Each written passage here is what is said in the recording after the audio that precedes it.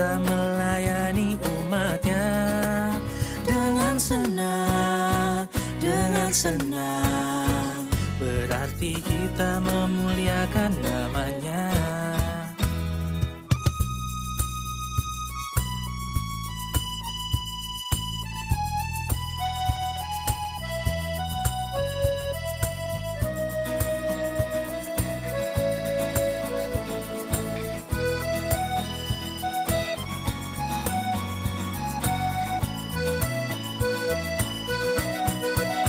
Tuhan mengutus kita ke dalam dunia untuk yang miskin dan lapar berkeluh.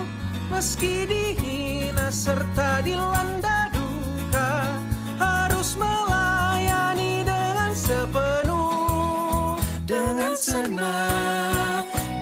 senang, marilah kita melayani umatnya. Dengan senang, berarti kita memuliakan namanya. Dengan senang, marilah kita melayani umatnya. Dengan senang, berarti kita memuliakan namanya.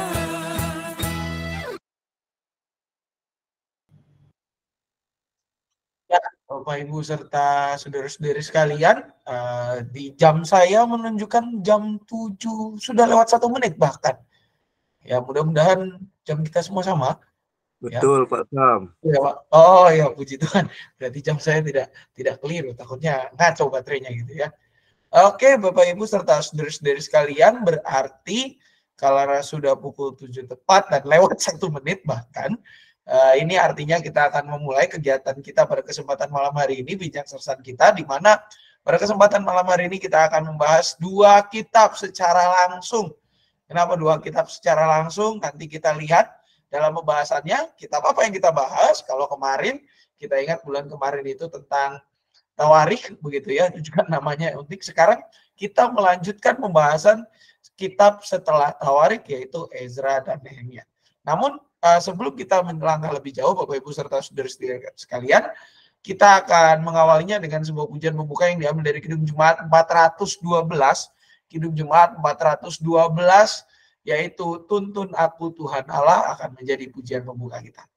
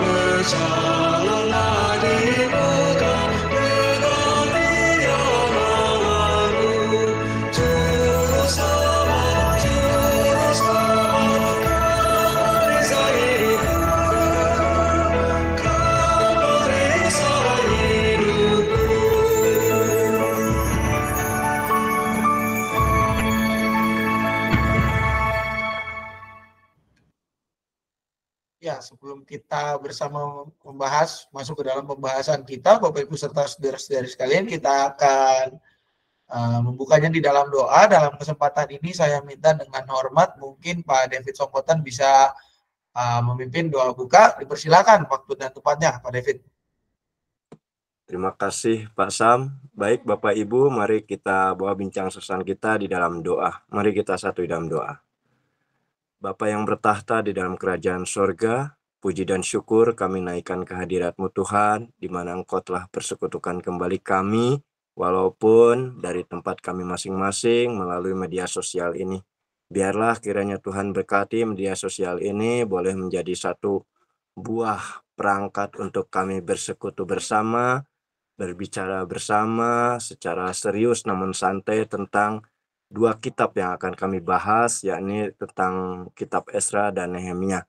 Biarlah Tuhan kiranya perlengkapi kami semua dengan kuasa Roh Kudus-Mu, agar kami boleh dapat memahami apa maksud firman Tuhan, apa maksud kitab dari Ezra dan kitab Nehemia yang kami akan bahas ini.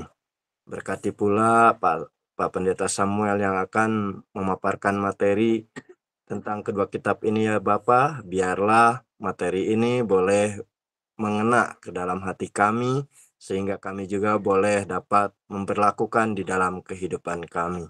Ampuni kami dari segala kesalahan dan dosa kami ya Bapa. Kami bawa bincang sersan pada malam hari ini dari awal pertengahan hanya di dalam satu nama Tuhan kami Yesus Kristus. Amin. Amin. Terima kasih Pak David. Baik Bapak Ibu serta saudara-saudari sekalian, kita akan lihat perbincangan kita pada kesempatan malam hari ini, begitu ya, di mana kita memperbincangkan dua kitab ya, dua kitab langsung ya, Ezra dan Nehemia, di mana kitab ini memang menjadi sebuah bagian yang berbeda dari kalau kita bicara dari Kejadian ya, kitab Taurat, lalu juga kitab-kitab sejarah di situ, mulai dari ada Yosua sampai dengan Tawarik. Ezra dan Nehemia mewartakan atau menawarkan perspektif yang berbeda. Kenapa? Karena Bapak Ibu serta saudara-saudari sekalian, kitab ini memang kesannya melanjutkan ya. Kita bisa baca clue-nya itu di 2 Tawarik 36 ayat 22 sampai dengan 23. Di mana ini adalah clue di mana Raja Kores itu memerintahkan bangsa Israel untuk pulang ke negaranya. Dan kalau kita mengingat pembahasan 2 Tawarik yang waktu itu, maka kita bisa melihat bahwa ada loophole, ada lompatan waktu yang begitu jauh dari 2 Tawarik 36 ayat 21 ya, sebelumnya ke ayat 22. Karena apa? Itu zamannya berbeda. Ya, Yosia dan itu rentang waktunya beda, karena yang satu adalah periode sebelum pembuangan. Nah, ketika tiba-tiba masuk di ayat 22, ini pada saat pembuangan yang hampir usai.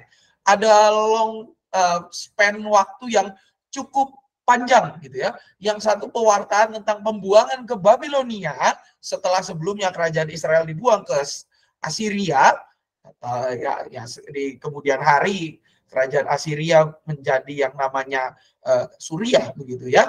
Nah, sedangkan yang satunya adalah ke kerajaan Babilonia. Ya.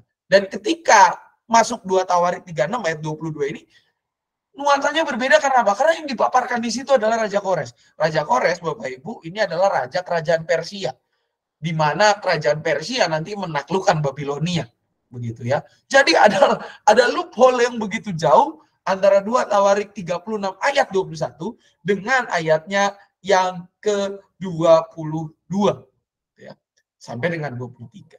Nah, ini menjadi clue jalan masuk untuk menjembatani antara kitab 2 Tawarik masuk ke kitab yang bernama kitab Ezra. Dan kalau kita melihat dua kitab ini in general secara umum, maka Ezra dan Nehemia itu memaparkan bagaimana bangsa Israel yang berada di dalam pembuangan ke Babel itu mereka diizinkan pulang gitu ya.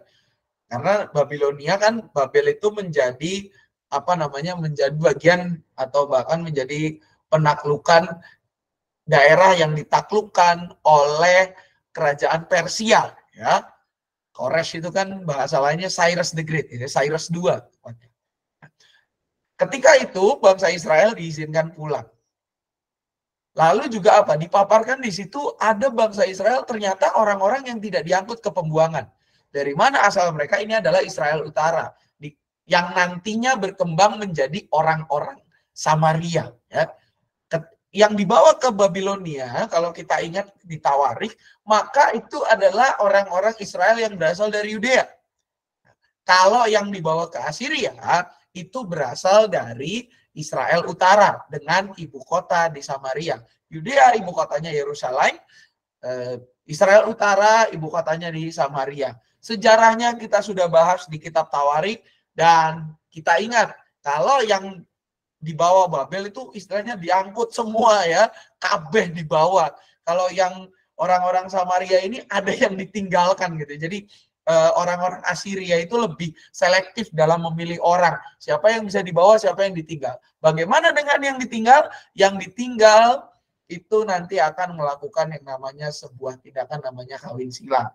Di mana buat orang Israel, prinsip mereka adalah menjaga kemurnian. Ketika menikah dengan bangsa lain, maka itu tidak oke ya, tidak oke, tidak bagus. Makanya nanti sampai zaman Tuhan Yesus ada sebutan antara orang Yudea dengan orang Samaria. Akarnya dari mana? Akarnya adalah situasi yang terjadi pasca pembuangan, dan kalau merujuk sebelumnya ya berarti itu ketika Yerobeam dan Rehabeam bertempur untuk mendapatkan pengaruh. Akhirnya yang satu membawa ke Samaria, mendirikan pusat ibadah tandingan. Yang satu bagaimana caranya supaya tidak lari ke Samaria, orang-orang di Israel itu ditahan di Yudea begitu ya, dengan cara mereka masing-masing. Dan di dalam kitab ini kalau kita baca Bapak Ibu, ada satu peristiwa besar yang dimuat dalam dua kitab ini, yaitu apa? Cita-cita membangun kembali Bait Allah. Posisinya di mana? Posisinya ada di Yerusalem. Karena apa? Kita ingat, Ezra dan Nehemia ini adalah orang-orang Yudea. Mereka disuruh pulang ke Yerusalem, bukan ke Samaria. Dalam perjalanannya mereka melihat ada bangsa Israel yang scattered atau terpecah-pecah gitu ya. Yang mana itu adalah orang-orang Samaria, dan itu dikritik oleh Ezra. Ya, karena Ezra, kenapa bisa mengkritik? Nanti kita lihat latar belakangnya. Dan di dalam dua kitab ini juga apa? Ada sebuah hal yang dilakukan oleh Ezra dan Nehemia, yaitu merestorasi Israel. Bagaimana Israel itu dibawa kembali untuk hidup menurut jalan Tuhan. Ya. Kenapa Ezra dan Nehemia tidak terpisah? Karena pada akhirnya mereka saling berkolaborasi. Kolaborasinya apa? Yaitu kalau nanti kita baca, clue-nya di awal adalah Nehemia menjadi pemerintah yang legal, Ezra itu akan memimpin di dalam teknik atau bahkan urusan peribadatan. Ya, nanti mereka akan berbagi peran. Dan Ezra dan Nehemia ini saling melengkapi. Walaupun Ezra jalan duluan, kalau Nehemia tidak datang, maka yang terjadi Israel mungkin tidak akan oke gitu. Karena Nehemia itu melengkapi pekerjaan yang sudah dilakukan Ezra. Nah, kalau kita melihat, maka kita harus memulai dari Ezra dulu. Siapa sih Ezra itu? Ezra kalau kita lihat secara identitas, dia ini adalah imam Yahudi. Ya, dia adalah imam Yahudi. Tidak hanya imam Yahudi, tetapi juga ahlul katab. Ya, apa itu ahlul katab, Pak Pendeta? Kalau kita ingat, pernah saya membahas materi tentang Alkitab. Ahlul katab itu adalah ahli kitab. Di mana bukunya seorang ahlul katab, bukunya namanya Alkitab. Ya, bahasa Arab, ya, ahli kitab dan juga seorang Yudea, di mana ia bekerja menjadi apa? Menjadi imam, artinya dia menjadi pemimpin peribadahan umat pada masa pembuangan dan pemulangan kembali ke Israel. Dan siapa yang menugaskan? Yang menugaskan Ezra untuk bawa kloternya itu adalah seorang raja bernama Kores.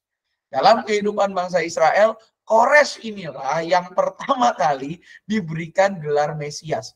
Karena Mesias artinya sang pembebas. Ya.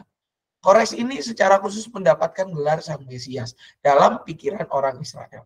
Makanya nanti pemikiran tentang Mesias dikenakan kepada Yesus itu seperti apa yang dilakukan Kores.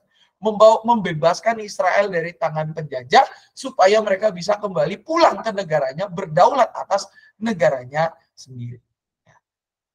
Lebih lanjut tentang Ezra, dia menjadi pemimpin umat yang diutus. Ya, kalau kita baca, Ezra itu diutus. Diutus oleh siapa? Raja Kores. Raja Kores itu Cyrus the Great atau Cyrus II. Di mana Cyrus II ini seorang raja Persia yang menaklukkan Babilonia. Ya, Bapak Ibu, Persia itu dalam sekarang di peta dunia itu Persia adalah Iran, ya, dengan ibu kota di Tehran yang sekarang lagi ramai di pemberitaan. Persia. Kalau Mesopotam itu tetangganya Irak, ya, ada Mesopotamia, ada Persia, ada Assyria. Nah, Babilonia itu dulu juga lokasinya di dekat-dekat Persia itu, ya. Nah, Raja Kores ini adalah seorang raja Persia yang bisa menaklukkan Babilonia. Kerajaan besar yang waktu itu dikenal dengan kekuatan militernya selain Mesir, selain daripada Assyria, dan kemudian nanti akan ditaklukkan, Persia ini ditaklukkan oleh Yunani, kerajaan Yunani begitu ya, Alexander the Great, nanti ditaklukkan lagi oleh Romawi, dan ya berpindah-pindah lah gitu ya Bapak Ibu ya. Tetapi pada masa itu yang menaklukkan Babilonia adalah Persia. Sehingga apa? Karena ditaklukkan oleh Persia, otomatis orang-orang Israel yang berada di Babilonia pada saat itu di wilayah jajahan Babilonia, mereka menjadi orang-orang milik Raja Persia. Dan nama Ezra, Bapak Ibu serta saudara-saudari sekalian, berasal dari bahasa Ibrani yang artinya adalah Allah menolong. Sebenarnya kalau tanpa imbuhan Allah, artinya Ezra itu artinya menolong, helps, udah pertolongan, tolong, menolong dan sejenisnya. Dan di kemudian hari ini dikembangkan menjadi Allah menolong, begitu ya. Jadi Bapak Ibu serta saudara-saudari sekalian yang punya nama Ezra atau berencana menamai anaknya, cucunya, saudaranya dengan Ezra, ingat, arti nama Ezra artinya adalah Allah menolong, ya. Lalu Ezra juga diperkirakan oleh para ahli biblika menjadi penulis dari 1 dan 2 Tawari, ya. Dan tidak hanya di situ pengaruhnya, sampai kita Maleakhi juga mempengaruhi. Ya, pandangan-pandangan Ezra itu masih bisa ditemukan di dalam kitab Maleakhi. Ya, di mana Maleakhi itu kan menjadi penutup, ya, kitab penutup dari Perjanjian Lama di dalam nomenklatur kitab kita. Ya. Pandangan dari Ezra itu mempengaruhi sampai ke ke kitab Maleakhi. Setelah kelar dengan Ezra, kita bahas tentang Nehemia. Siapa sih Nehemia? Kalau tadi Ezra itu adalah imam, nah ini beda. Nehemia, Bapak Ibu serta saudara-saudari sekalian, ini adalah juru minum, ya. Cup bearer, ya. Juru minum raja. Jadi posisinya tinggi-tinggi nih. Nehemia dan Ezra punya posisi yang lumayan. Dan ini menunjukkan apa? Menunjukkan bahwa orang-orang Israel di pembuangan sebenarnya tidak semuanya menyedihkan. Yang makmur ada kok, begitu ya. Kalau kita ingat Sadrak, Mesak, Abednego, ya, itu punya posisi penting semua di dalam pemerintahan. Siapa lagi? Daniel punya posisi penting semua di dalam pemerintahan. Jadi apa? Menunjukkan bahwa, dan ini juga disepakati oleh para ahli Perjanjian Lama, begitu ya, bahwa orang Israel tidak semuanya sedih di pembuangan. Ada saja orang-orang yang berhasil, orang-orang yang menduduki posisi-posisi penting dalam pemerintahan, orang-orang yang bahkan berdagang di sana, orang-orang yang sukses dengan bisnisnya di perantauan. Tapi ada juga orang-orang yang dalam tanda kutip ya agak merih kehidupannya. Mereka tidak sukses, tidak berhasil. Nah, kata para ahli tersebut, yang dibawa dalam kloter 1, yang pulang kampung itu adalah orang-orang yang kurang berhasil. Jadi mereka pulang karena apa? Karena mereka tidak berhasil. Arkeologi mencatat ada orang-orang Israel yang tetap bertahan di Persia. Ya, mereka terus berdagang, mengembangkan bisnisnya, dan menjadi orang-orang yang duduk dalam posisi-posisi penting dalam pemerintahan atau bahkan di dalam kehidupan perekonomian di Persia dan sekitarnya. Nehemia ini salah satu contoh orang yang juga punya posisi penting. Juru minum, memastikan minuman yang dikonsumsi oleh raja itu bagus gitu ya. Menunya diatur ya, zaman dulu Bapak Ibu kita ingat ya, waktu seorang ahli tokoh Alkitab yang ahli tafsir mimpi, siapa namanya? Coba Bapak Ibu, ayo. Saudara yang bisa menafsir mimpi, siapa? Siapa, Cik? Kurang mendengaran. Siapa tadi? Daniel. Yusuf. Yusuf, Pak. Yusuf, ya, yang dibuang oleh saudara-saudaranya dalam perjalanannya dia menafsirkan mimpi. Ada mimpi siapa aja di situ? Yang pertama juru apa? Juru minum. Firaun. Juru Bapak, juru siapa yang bukan juru mudi? Juru mudi lagi. juru makan, Pak. minum, Juru makan. Yang satunya juru apa? Juru minum. Juru minum, ya. Nah, itu posisi yang penting Bapak Ibu serta saudara-saudara sekalian, ya. Sampai hari ini, ya, di kepresidenan pun ada juru makan, juru minum, juru masak, juru mudi, semua penjuru ada, gitu ya. Karena apa? Karena mereka lah yang memastikan kehidupan raja, kehidupan pemimpin yang dilayani pada saat itu. Ya, Nehemia menjadi juru minum, di mana dia sebagai seorang Israel mendapatkan kabar bahwa rombongan yang dibawa oleh Ezra ternyata pembangunannya tidak berhasil, ya, tidak berkembang. Justru malah orang-orang yang dibawa ke sana tidak hanya menghadapi pemberontakan dari luar, tapi dalam-dalamnya sendiri juga saling menggerogoti, gitu ya. Kalau saya meminjam istilah yang pernah diplesetkan dari ungkapannya Ki Hajar Dewantoro, gitu kan, Ingarso Sumtulodo, Imadio Mangun Karso Tutpuri Handayani. Nah, ini Tutpuri Mangun Grogoti. Satu kali saya pernah dengar ada siaran radio seperti itu, gitu ya. Diplesetkan tiga itu. Saya lupa yang dua awal, tapi yang saya paling ingat yang paling terakhir. Tutpuri Mangun Grogoti. Harusnya Tutpuri Handayani dari belakang mendorong. Ini malah Tutpuri Mangun Grogoti dari belakang menggerogoti, gitu ya. Itu yang terjadi di dalam kehidupan rombongan pertama. Nehemia memiliki keprihatinan. Akhirnya apa? Dia meminta izin. Waktu itu sudah bukan Raja Kores, tetapi sudah Artaxerxes atau Artasasta bahasa Indonesianya. Jadi ada jeda waktu yang diperkirakan sekitar 10-20 tahun. Itu antara zaman Ezra dengan zaman Nehemia, ya. Dia minta izin, saya kembali, karena kalau kita baca di kitab Nehemia, di situ Nehemia satu kali muram, raja memanggil dan rajanya bilang, kamu kenapa? Lagi ada apa? Ya saya lagi sedih nih, daerah saya, tanah air saya, kampung saya begini nih kondisinya nih, nggak bener. Oh ya sudah, kamu pulang, disetujui, dan apa? Tidak hanya disetujui tapi didukung oleh Artasasta dengan memberikan apa aja. Di situ ada kelengkapan. Semua yang dibutuhkan oleh oleh Nehemia untuk membangun kembali Yerusalem, fokusnya adalah membangun Yerusalem, dipenuhi oleh Artasasta. Oke, kamu bisa pulang, kamu disetujui, approve nih, proposal di ACC lah ya, bahasa gampangnya gitu. Proposal di ACC, tidak hanya di ACC, tapi juga apa? Diperlengkapi. Kamu butuh apa aja, saya akan supply dari sini. Namun Bapak Ibu serta saudara-saudari sekalian, juga kita tidak boleh melupakan. Nehemia arti katanya adalah Allah menghibur. Ya. Nanti kalau ada anak, cucu, mantu yang namanya Nehemia, tolong diingetin. Artinya adalah Allah menghibur. Kalau Ezra artinya adalah Allah menolong, yang ini artinya Allah menghibur. Makanya tidak bisa dilepaskan dua-duanya. Ezra dan Nehemia kalau digabung itu jadi ultimate Bapak Ibu. Karena Allah menghibur, Allah menolong dan menghibur, ya. Menolong aja nggak menghibur ya susah. Kalau menghibur tanpa menolong ya susah juga. Mereka ini duet maut lah. Itu di dalam menggembalakan Israel. Dan Bapak Ibu serta saudara-saudari sekalian, Nehemia kelak punya posisi politik, yaitu apa? Gubernur, ya, Governor of Yerusalem. Gubernur jenderal dari kerajaan Persia yang berkuasa.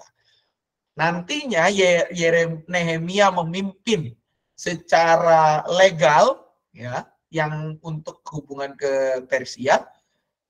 Ezra itu jadi imam, ya, imam besar pasca pembuangan, ya.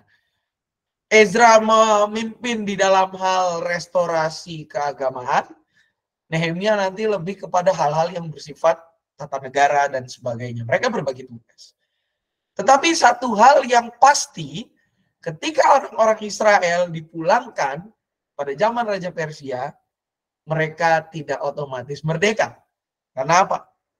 Di situ ada keterangan menjadi gubernur jenderal. Artinya Israel tidak lagi menjadi negara yang merdeka, melainkan mereka menjadi wilayah jajahan.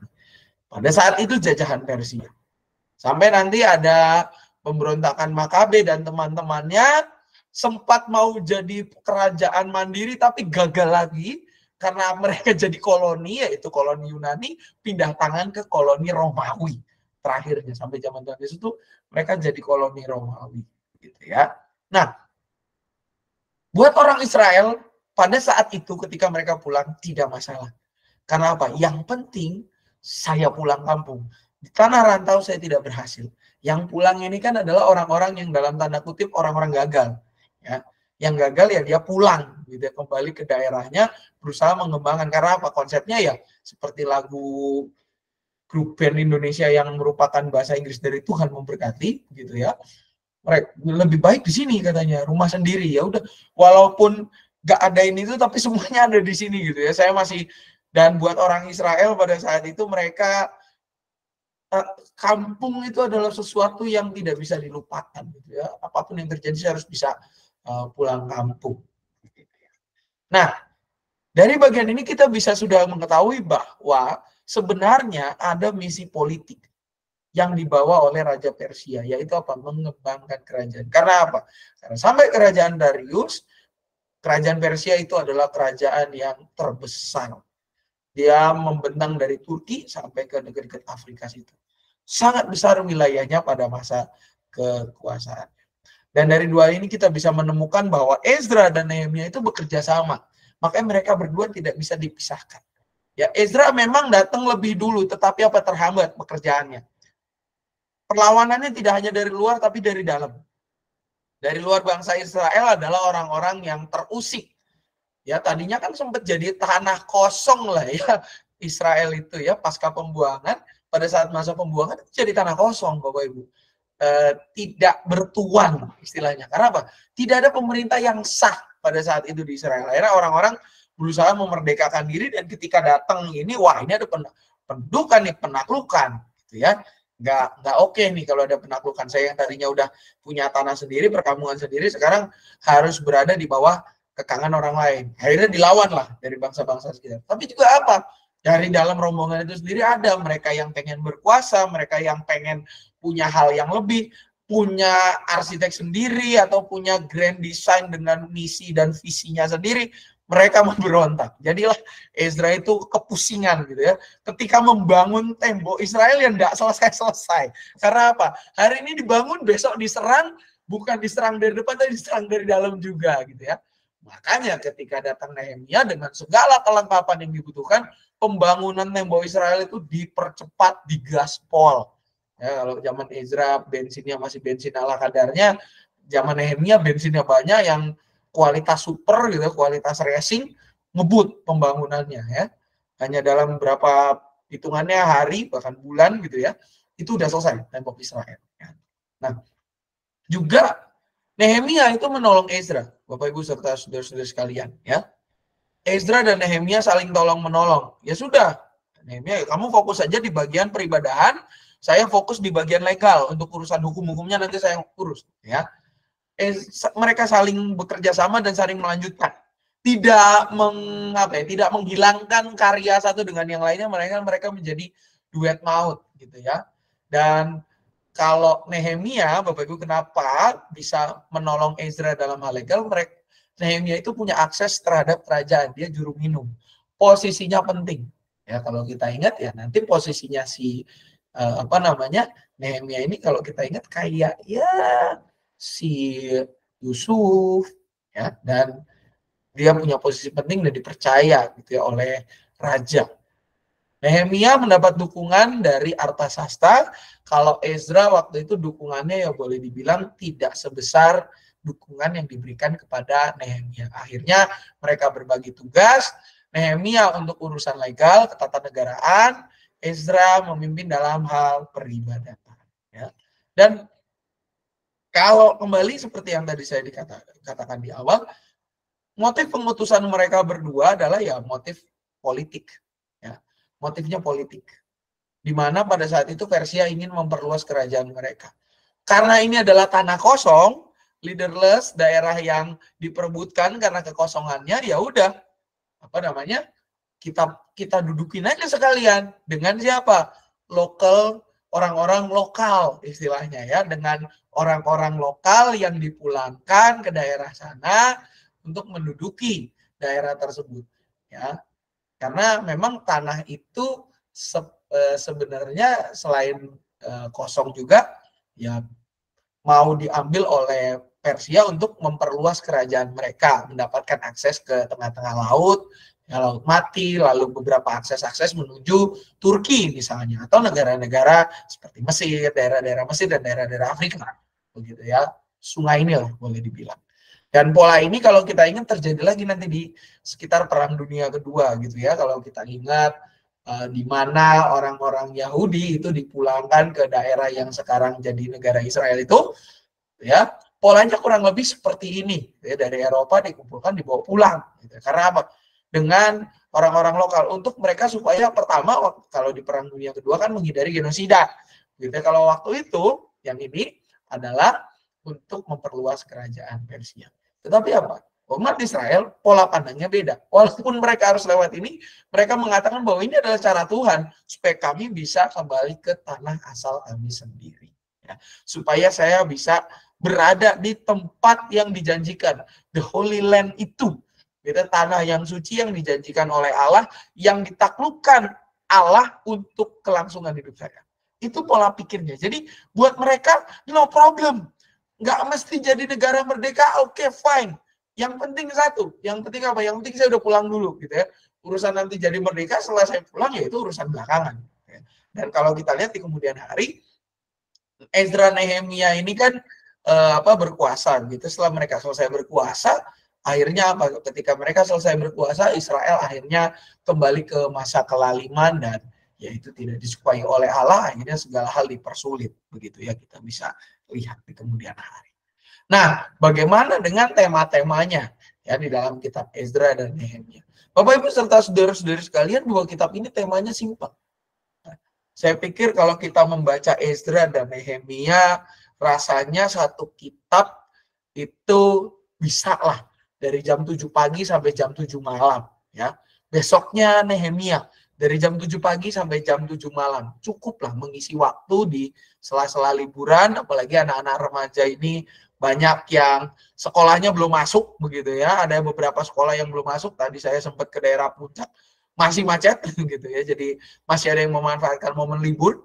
Nah, karena apa? Karena bacaan kitab Ezra itu dan juga Nehemia, Bapak Ibu, kalau di Perjanjian Baru ini agak mirip dengan Wahyu. Jadi dia sambung menyambung menjadi satu. Ya, kalau kita baca satu pasal, nggak baca pasal berikutnya, kayaknya kurang afdol, gitu ya. Dan itu sangat enak narasinya, gitu ya. Nah, apa saja topiknya? Yang pertama kalau kita lihat dari Ezra 1, ya. Ezra pasal 1 sampai dengan 6. Ya, ini berisi tentang bagaimana kerinduan Ezra dan juga orang-orang buangan, siapa aja yang dibawa pulang, rombongannya siapa aja, pemimpinnya siapa, apa yang mereka kerjakan, planningnya, ya, itu semua ada di Ezra 1 sampai dengan Ezra 6. Ya. Dan nggak panjang-panjang amat kok ayatnya, sedikit sederhana, gitu ya, nggak sampai ratusan kayak Mazmur 19, begitu ya. Kalau Mazmur 119 itu kan dikatakan sebagai apa namanya kitab terpanjang, pasal terpanjang ya. Pasal terpanjang dan istilahnya itu inilah rada menyulitkan untuk kita menyelesaikannya dalam satu hari. Ya, kalau ini mah nggak terlalu repot, nggak terlalu menyulitkan dan simple. Cuman beberapa ayat aja, gitu ya. Kita bisa menyelesaikannya dalam kurun waktu satu hari, begitu ya, Bapak Ibu serta saudara-saudari sekalian. Dan berikutnya juga kalau kita bicara soal Ezra, ya, kalau kita bicara soal kitab Ezra, maka yang berikutnya itu adalah pasal 7 sampai dengan pasal 10. Ya, di mana ini pembahasannya udah lebih banyak soal soal bagaimana kelompok orang yang kembali ke Yerusalem yang menyusul, gitu ya, siapakah Ezra itu, lalu juga ada ditemukan ya tadi saya bilang orang-orang Israel yang justru mencemarkan diri ya, menikahi orang-orang non-Israel, dan di situ ada hambatan-hambatan dalam proses pendirian kembali Yerusalem dan Bait Allah. Jadi Bapak Ibu kalau bicara hambatan-hambatan mendirikan Bait Allah ternyata bukan dari zaman sekarang aja ya, udah dari zaman dulu. Dan kita sudah apa ya, boleh saya bilang orang-orang Kristen ini kita memang dipaparkan dengan kesulitan itulah dari kitab Kejadian gitu ya. Bagaimana kita mau hidup menurut kehendak Allah dan selalu ada aja persoalannya gitu ya. Kita harusnya menjadi orang-orang yang terlatih di situ ya, karena kitab kita aja memaparkan soal hal-hal itu. Ya. Dan di sini kalau kita lihat Bapak Ibu, Ezra pun memaparkan hal yang sama. Lalu kalau Ezra itu cuman sampai pasal 10, makanya saya bilang sangat sederhana, sangat simple, dari jam 7 pagi sampai jam 7 malam, kadang kita sudah bisa selesai dengan kisahnya, atau bahkan nggak usah nyampe 12 jam, kadang jam 7 start, jam 12 siang, break makan juga udah bisa selesai sebenarnya ya. Tapi itu dengan membaca cepat ya. Kalau kita membacanya rada selau ya mungkin bisa lah sampai jam 2 dan jam 3 sore dengan memahami dan mengerti gitu ya. Lalu untuk yang di dalam Nehemia ini ada lebih panjang ya. Nehemia ini lebih ke self-centered. Karena Nehemia 1 sampai dengan 7 itu memaparkan soal kerinduan. Jadi dari pasal 1 sampai dengan 7 itu Nehemia memaparin siapa background dia, siapa, lalu juga apa yang dia lakukan, apa yang menjadi ucapan kepada Raja Artasasta dan segala macamnya.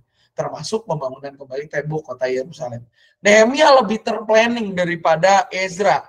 Karena apa? Ya dia memang terbiasa untuk urusan seperti ini. Jadi sudah bukan sesuatu hal yang menyulitkan, gitu ya. Walaupun ada kesulitan-kesulitan, tapi Nehemia karena sudah terbiasa berelasi dengan public servant, begitu ya. Jadi lebih nyantai lah untuk ininya. Jadi dia bangun pertama kali tembok dulu saya bangun gitu ya, tembok pertahanan baru kita bangun yang lain. Kalau Ezra itu karena terbiasa untuk urusan keagamaan ya mungkin dia planningnya agak-agak kurang oke. Yang penting fokusnya adalah peribadahan dan peribadahan. Kalau Nehemia, saya harus membangun ini dulu, bertahap, dan dia mengondisikan segala sesuatunya lah. Dan di pasal 1 dengan pasal 7 kita bisa lihat itu gitu ya. Nehemia 8 sampai dengan 10 kalau kita lihat di sini kita bisa lihat ada kolaborasi antara Nehemia dengan Ezra. Karena apa? Pembacaan Taurat itu dilakukan oleh Ezra. Pembacaan Taurat tidak mungkin dilakukan oleh pemimpin yang bukan pemimpin secara keagamaan. Nah, berarti ini menunjukkan bahwa Ezra itu dipercaya oleh Nehemia menjadi pemimpin untuk urusan keagamaan. Hari Raya Pondok Daun, puasa, perjanjian bangsa Israel, di situ dibahas. Dan ayat 11 sampai dengan 13, di situ ada pendudukan kembali ya, orang-orang dimasukin, ayo pada pulang lah gitu ya, di ojok-ojokin untuk pindah ke Yerusalem supaya penuh untuk mempertahankan kota, peresmian tembok, pembaruan Nehemia dalam bidang sosial dan agama, termasuk juga yang dilakukan oleh Ezra. Dan statistik di situ ada penduduk yang datang dari sini, penduduk datang dari sana, keturunan ini, keturunan itu, dan segala macamnya. Nehemia beda lebih panjang sedikit begitu ya dibanding dengan kitab Ezra. Tapi poin keduanya kalau kita lihat, poin keduanya itu adalah sama, bahwa ini memaparkan soal kondisi bangsa Israel pasca pembuangan dan pada saat mereka kembali, serta latar belakang apa yang menjadi pemulangan Israel di sini dibahas. Gitu ya. Nah, ini untuk Ezra dan Nehemia. Bapak Ibu serta saudara-saudari sekalian, sedikit fakta tentang kitab Nehemia dan kitab Ezra. Ini menjadi sebuah kitab yang memaparkan pembangunan Bait Allah juga. Ya. Kan kita ingat Bait Allah yang pertama itu sudah hancur gitu ya, dihancurkan. Bait Allah yang kedua dibangun. Nah, di sini proses pembangunan di sini. Walaupun Bait Allahnya tidak lagi semegah zaman Salomo. Karena udah dirampas semua gitu ya. Cuma tinggal beberapa aja lah yang masih ada untuk harta bendanya. Nah, di zaman Nehemia ini dibangun lagi dan itu menjadi pusat peribadahan orang-orang Israel. Dan dari kitab sini Pak, kita bisa lihat bagaimana perilaku yang mencerminkan bahwa orang Israel, khususnya orang Yudea, itu berbeda dengan orang Samaria. Ya, orang Samaria tidak menjaga kemurnian, orang Yudea menjaga kemurnian. Dari sinilah mulai ada ya semacam anggapan-anggapan bahwa orang Samaria itu kelasnya di bawah. Mereka lebih rendah daripada orang-orang Israel atau orang-orang Yudea. Dan ini yang juga nanti menjadi dasar segala sesuatu itu mulainya bermula dari Yudea baru ke Samaria. Karena apa? Orang Yudea tetap dianggap yang lebih tinggi dari yang.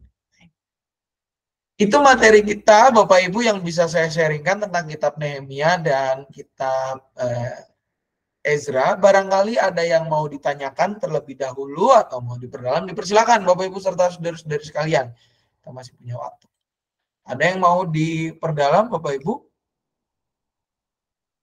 Silakan kalau ada pertanyaan atau apa, monggo. Asam, saya tertarik tadi. Iya, Kalau Pak Puji, Ezra itu silakan. kan, kalau Ezra itu kan imam ya, seorang imam ya. Nah, saya teringat itu ada imam, ada nabi. Kalau yang di Perjanjian Baru itu ada rasul, pendeta. Itu gimana itu Pak Sam? Perbedaannya apa ya? Perbedaan atau persamaannya gimana Pak Sam? Siap. Terima kasih Pak Puji. Itu pertanyaan yang menarik sekali begitu ya, perbedaan jabatan-jabatan di dalam Alkitab gitu ya. Nah, kalau kita bicara imam gitu ya, imam itu mereka yang memimpin peribadahan ya. Imam itu biasanya mereka yang memimpin peribadahan, dan imam itu merupakan umumnya imam itu karena sudah diatur juga di dalam kitab Taurat, imam itu merupakan keturunan Lewi gitu ya, Pak Puji gitu ya. Imam tuh orang yang fokusnya di peribadahan, dia memimpin.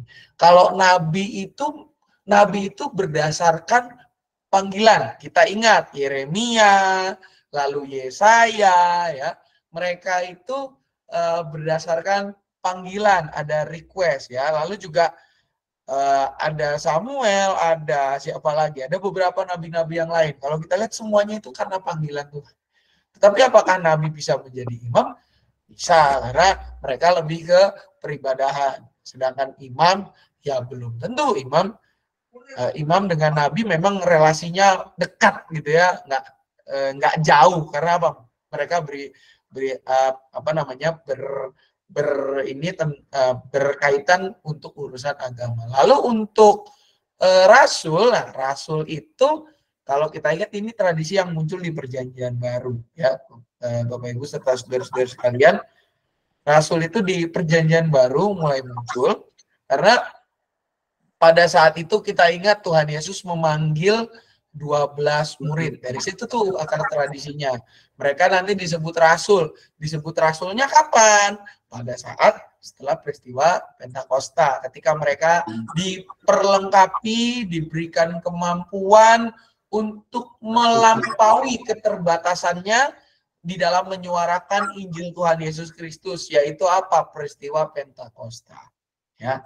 Nah, nanti jabatan-jabatan ini termasuk mulai dari imam, lalu termasuk nabi, lalu juga rasul, itu menjadi sebuah hal yang istilahnya di dalam dunia modern itu menjadi diserap ya, diserap ke dalam jabatan gerejawi. Sedang rasul itu punya posisi untuk menjaga di dalam hal-hal pengajaran. Makanya nanti di dalam jabatan gerejawi yang ada di Perjanjian Baru itu ada juga terkait dengan penatua dan diaken, karena mereka nanti lebih ke untuk manajemen. Rasul-rasul lebih ke pengajaran gitu ya. Kurang lebih seperti itu Pak Puji yang bisa saya sampaikan. Atau ada yang mau menambahkan Bapak Ibu lain, silakan. Pak Pendeta. Ya, Pak Rudi, silakan. Tanya, tadi kan menyambung dengan pertanyaannya Pak Elisa, Pak Puji. Jadi kalau begitu, pada zamannya kerajaan Persia itu, orang-orang Yahudi ini, bangsa Israel ini, mereka tetap beribadah. Sedangkan kita tahu kan kerajaan Persia itu banyak menyembah dewa gitu. Betul. Mereka malah menentang. Bagaimana itu Pak Pendeta? Nah, pertanyaannya menarik nih Pak Rudi, kita menyambung pertanyaan Pak Puji. pada zaman itu, Bapak Ibu serta saudara-saudara sekalian, kita ingat kisah Daniel, kisah Sadrak, Mesak, Abednego. Apa yang terjadi? Mereka kan dihukum karena mereka tidak mau menyembah dewa. Permasalahannya di situ. Ya, mereka tidak mau menyembah dewa. Ini menjadi sebuah keterangan bahwa pada saat itu orang Israel punya peribadatannya tersendiri. Begitu ya, yang berbeda. Lalu clue-nya di mana lagi? Kalau kita membuka kitab Ester, di situ ada sebutan Mordekai. Mordekai itu sempat disebutkan di dalam, nama Mordekai itu sempat disebutkan di dalam kitab Nehemia kalau saya tidak salah, antara Ezra atau Nehemia. Begitu ya. Nah, ini menjadi petunjuk bahwa apa? Bahwa masyarakat Israel itu beribadah, tetap beribadah dan menyembah Tuhan Allah. Karena apa? Karena ada tradisi yang namanya sinagoge. Ya, tradisi sinagoge itu memang sudah berkembang sejak lama, begitu. Tetapi semakin berkembang pada zaman pembuangan ini. Ketika mereka tidak lagi memiliki bait Allah yang begitu diagung-agungkan, maka adalah semacam tempat yang diperuntukkan untuk beribadah, untuk tempat ibadah dalam tanda kutip, istilahnya cabang lah begitu ya Bapak Ibu, untuk menyembah, untuk memuliakan nama Tuhan, menjadi pusat peribadahan. Itulah tradisi sinagoge semakin berkembang. Dulunya memang sudah ada tapi tidak berkembang. Pasca pembuangan, pada zaman pembuangan itu menjadi berkembang karena ya bait Allahnya hancur. Gitu. Alternatifnya berarti bagaimana? gerakan bawah tanah gitu Pak Pendeta. Gimana Pak Rudi? Berarti gerakan bawah tanah, nggak kelihatan ibadahnya. Iya, ada yang gerakan bawah tanah, ada yang diakui, karena kan kalau kita ingat pada zaman Daniel itu kan diakui pada akhirnya, Pak Rudi. Ketika yang setelah Daniel lepas dari gua singa itu, nah diakui gitu. Pokoknya ya sudah boleh, karena apa? Saya sudah melihat sendiri kekuasaan Allah orang Israel. Gitu, kalau kita ingat. Kurang lebih seperti itu, Pak Rudi. Ya, makasih. Ya, sama-sama, Pak Rudi. Ada lagi Bapak Ibu yang lain? Mau tambahan atau apa?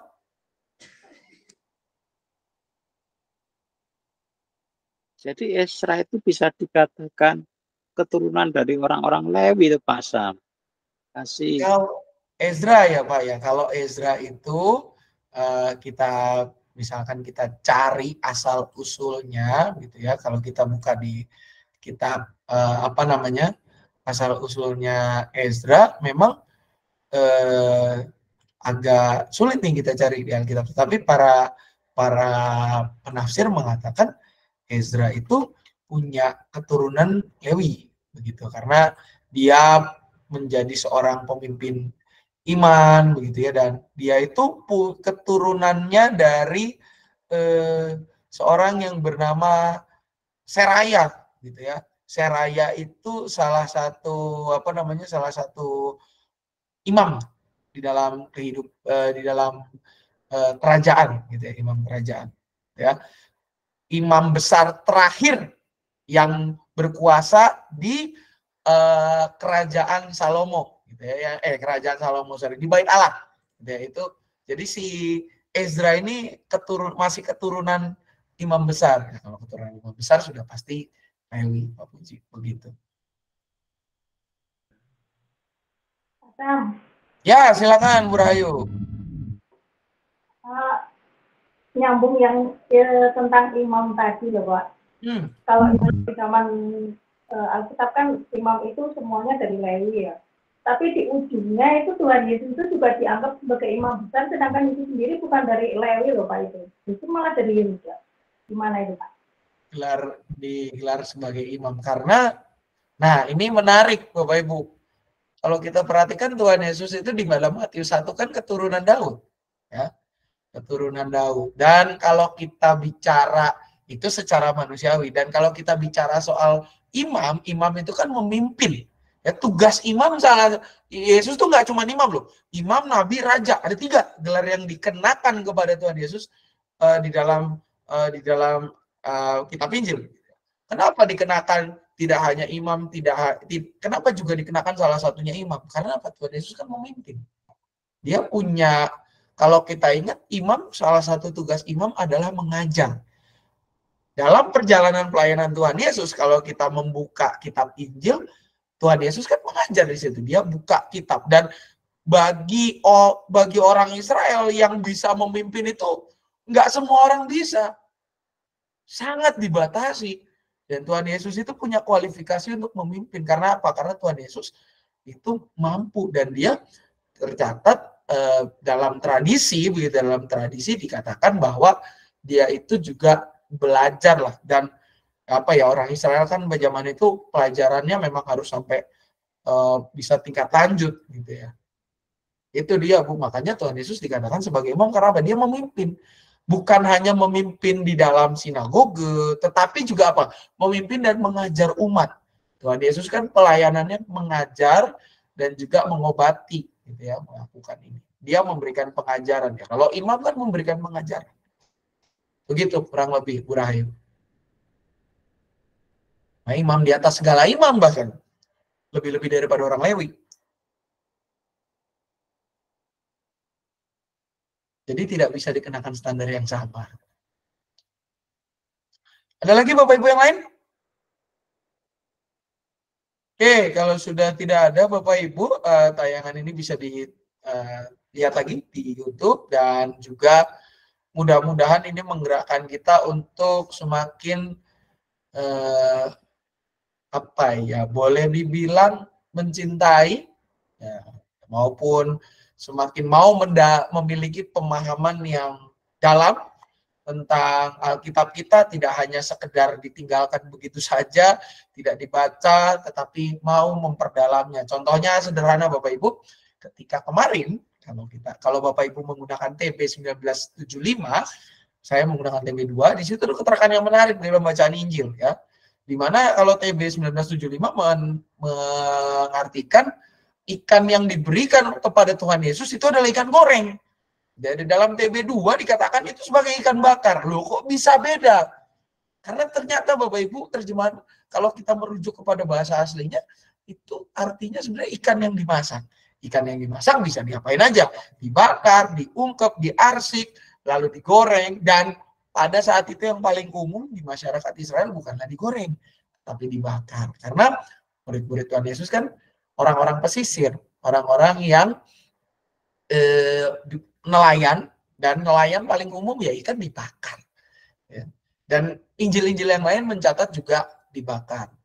Oleh karena itu, terjemahan itu diterjemahkan ikan yang diproses yang diberikan kepada Tuhan Yesus adalah ikan yang dibakar. Namun bukan teknik masaknya yang jadi persoalan. Yang jadi persoalan, yang jadi tekanan adalah bagaimana ketika ikan itu dimakan tidak ada yang jatuh dan ikan itu bisa dimakan. Itu tekanannya. Yang menunjukkan bahwa Tuhan Yesus yang bangkit itu adalah dia yang juga hidup, bekerja pada saat sebelum penyaliban, dan dia otentik 100%. Itu saja Bapak Ibu, dan demikian pemaparan yang bisa saya berikan. Untuk sesi selanjutnya kita akan masuk kepada doa syafaat. Ada beberapa pokok doa yang akan kita doakan pada kesempatan ini Bapak Ibu serta saudara-saudara sekalian, tercantum di sini. Barangkali ada yang mau memberikan tambahan Bapak Ibu untuk pokok-pokok doa syafaat. Persilakan. Pak, doakan anak-anak yang ujian, Pak. Siap, Cik. Nun, yang ujian ya? Besok Senin, Pak. Ujiannya besok Senin tanggal 22. Oh, oke. Ya. SDK Penabur sama SMP. Oke, ada lagi Bapak Ibu yang lain selain anak-anak ujian, apa lagi? Pak Sam, Ya, Pak Puji. tolong bantu dalam doa untuk saya. Kondisinya masih lemes. Karena kemarin di tensi itu 170, 104. Kondisi sekarang masih lemes agak. Belum begitu fit, Pak Sam. Terima kasih. Siap, Pak Puji. Semoga Tuhan memulihkan, dan lewat obat-obatan semuanya boleh mendatangkan kebaikan. Keluarga yang mendampingi juga Tuhan cukupkan, Tuhan berikan sukacita. Cepat pulih untuk Pak Puji. Ada lagi Bapak Ibu yang lain? Baik, kalau sudah tidak ada, mari kita bersatu di dalam doa. Tarmidi kali Pak Sam. Iya, ini ada Pak. Di sini ada tulisannya. Ya. Oke, makasih. Ini ada. Siap. Makasih. Baik, Bapak Ibu serta saudara-saudara sekalian, mari kita bersatu di dalam doa. Kami bersyukur Tuhan pada kesempatan malam hari ini kami boleh memperdalam pengetahuan kami, dan kiranya ya Tuhan materi yang dipaparkan ini kami sadar tidak sempurna, dan biarlah Engkau sendiri yang menyempurnakan lewat kerinduan kami untuk menggali dan mengenali firman-Mu dengan semakin mendalam. Biarlah ya Tuhan Engkau yang menolong, Engkau yang memampukan kami agar kami boleh menjadi pelaku-pelaku firman-Mu yang nyata dalam kehidupan seharian. Pada saat ini kami secara khusus mengingat dalam doa syafaat ini rekan-rekan kami yang dalam kondisi sakit maupun dalam masa pemulihan, untuk Bapak Tarmidi Sitorus dalam rangka persiapan operasi, untuk Pak Puji dalam masa pemulihan, Bapak Willy Hartono, Ibu Hotna Boru Berutu, Om Malena, Ibu Tina, Ibu Wahyuni Christine Saragi, Ibu Misda Pandiangan, Ibu Marlina, Ibu Puji Lestari, dan Bapak Fepton Ardian Resnawan atau Mas Nawan, Bapak Sutio, dan proses pemulihan juga dari Bapak Jandi Damanik, serta saudara-saudara kami yang lain. Kiranya Tuhan, Kau yang boleh bekerja lewat tindakan medis, lewat semua hal yang dilakukan, biarlah semuanya mendatangkan kebaikan. Keluarga yang mendampingi, Tuhan berikan sukacita dan kecukupan. Kami juga berdoa untuk anak-anak kami ya Tuhan dalam masa persiapan ujian. Tuhan berkati, Tuhan sertai, biarlah anak-anak ini juga boleh mengerjakan segenap ujiannya dengan jujur, dan guru-guru juga diberikan hikmat untuk memeriksanya, dan para orang tua Engkau berikan ketabahan serta kesabaran. Juga untuk anak-anak yang akan melanjutkan ke jenjang pendidikan lebih tinggi, Tuhan berkati agar mereka berada di dalam tangan pemeliharaan-Mu, dan para orang tua juga Engkau mampukan dengan hikmat untuk boleh menuntun mereka dalam kasih, agar mendampingi mereka di dalam melalui masa-masa kegalauan ini. Juga kami mengingat kegiatan gereja ya Tuhan untuk persiapan jelang Pentakosta, untuk kegiatan-kegiatan lain, persidangan majelis jemaat pada minggu ini, Tuhan berkati, Tuhan sertai, biarlah segala sesuatunya berjalan dengan baik dan mendatangkan kemajuan bagi pelayanan kami semua sebagai anggota jemaat maupun simpatisan di GKI Cicurug ini. Kami juga menyerahkan ya Tuhan bangsa dan negara kami ke dalam tangan pemeliharaan-Mu. Segala sengketa yang terjadi biarlah Engkau perdamaikan, dan biarlah kami boleh menjadi pewarta damai-Mu lewat segala hal yang kami kerjakan. Kami pun menyerahkan diri kami ya Tuhan ke dalam tangan pemeliharaan-Mu saja. Jadilah pada kami seturut dengan kehendak-Mu. Inilah doa kami ya Tuhan yang kami satukan dalam nama Anak Tuhan Yesus Kristus, kami berdoa. Amin. Bapak Ibu serta saudara-saudara sekalian, kita akan menutup perbincangan kita pada kesempatan malam kali ini dengan mengangkat sebuah pujian yang diambil dari Kidung Jemaat 315, yaitu Gembala Baik Bersuling dan Merdu.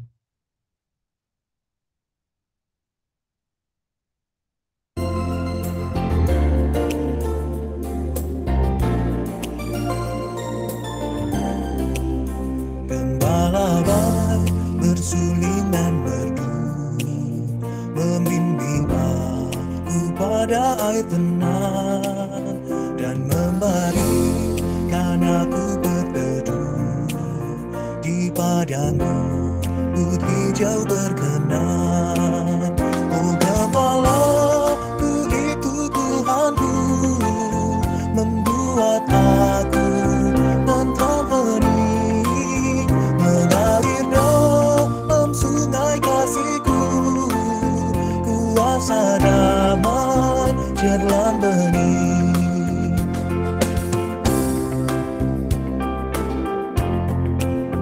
Kepada domba haus dan lesu, Gembala baik memberikan air segar, ke dalam hati haus dan sendu, diberinya air hidup yang benar. Oh gembalaku itu Tuhanku, membuat aku tentram hening, mengalir dalam sungai kasih-Ku, kuasa damai jalan bening. Oh gembalaku itu Tuhanku, membuat aku tentram hening,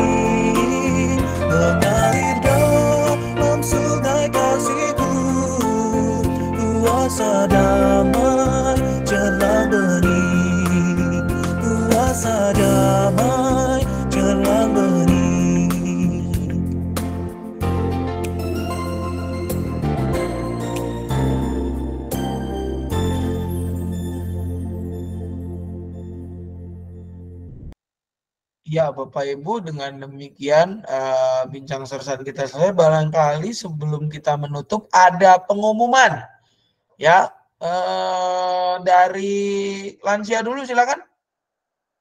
Ada pengumuman? Atau ada perwakilannya? Selain besok ada, ya senamnya besok ya kalau nggak salah ingat. Oh iya. Hari Rabu kebaktian di Bumarmi tanggal 24. Siap Bu. Di rumah Bapak Sutarto yang di Bohlam ya.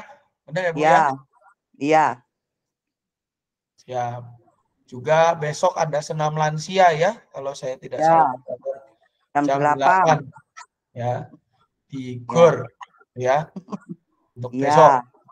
Biar sehat. Betul, Bu. Jadi Bapak Ibu silakan ikut senam lansia. Instrukturnya kita impor dari luar negeri gitu ya. Sudah reputasinya terkenal sampai ke mancanegara. Gitu ya.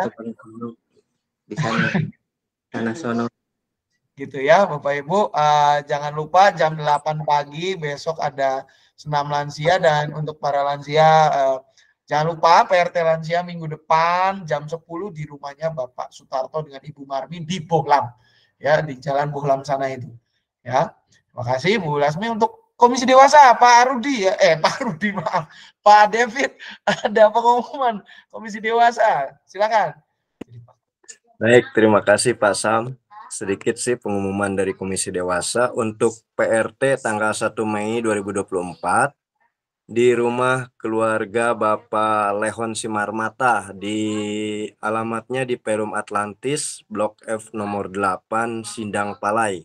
Waktunya pukul 17.00 seperti biasa. Itu aja sih Pak Sam. Untuk yang lain-lainnya menyusul melalui WhatsApp. Siap, terima kasih Pak Rudi, Pak David. Sampai jadi Pak Rudi mulu nih saya. Sama-sama Pak. Soalnya baru pertama ini saya lihat Bu Lasmi, biasanya akunnya yang lain ini Pak Rudi ini akunnya luar biasa gitu ya.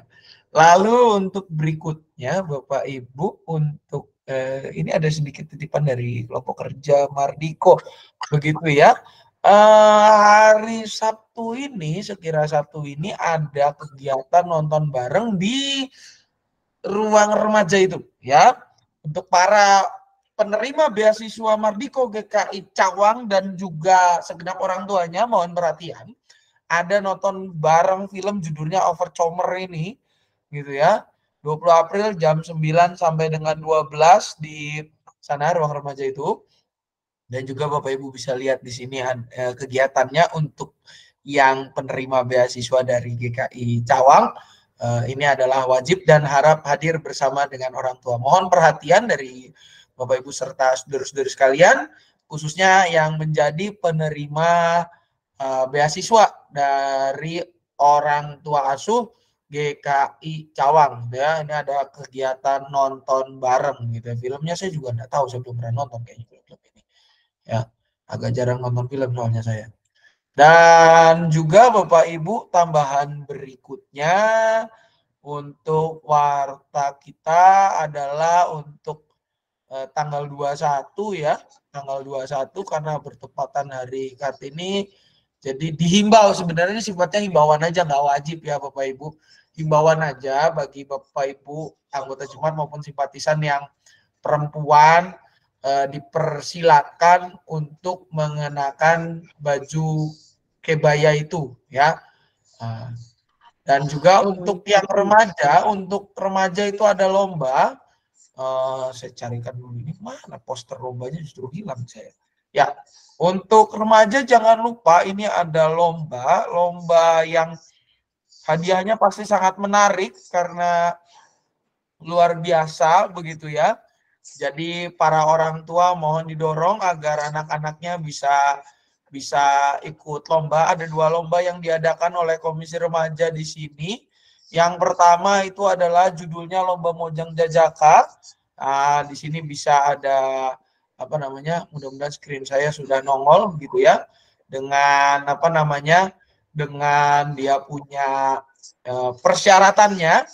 Lalu yang pertama, lalu yang kedua adalah lomba video motivasi dengan syarat dan ketentuan yang berlaku seperti ini bisa dilihat di layar Bapak Ibu serta saudara-saudari sekalian.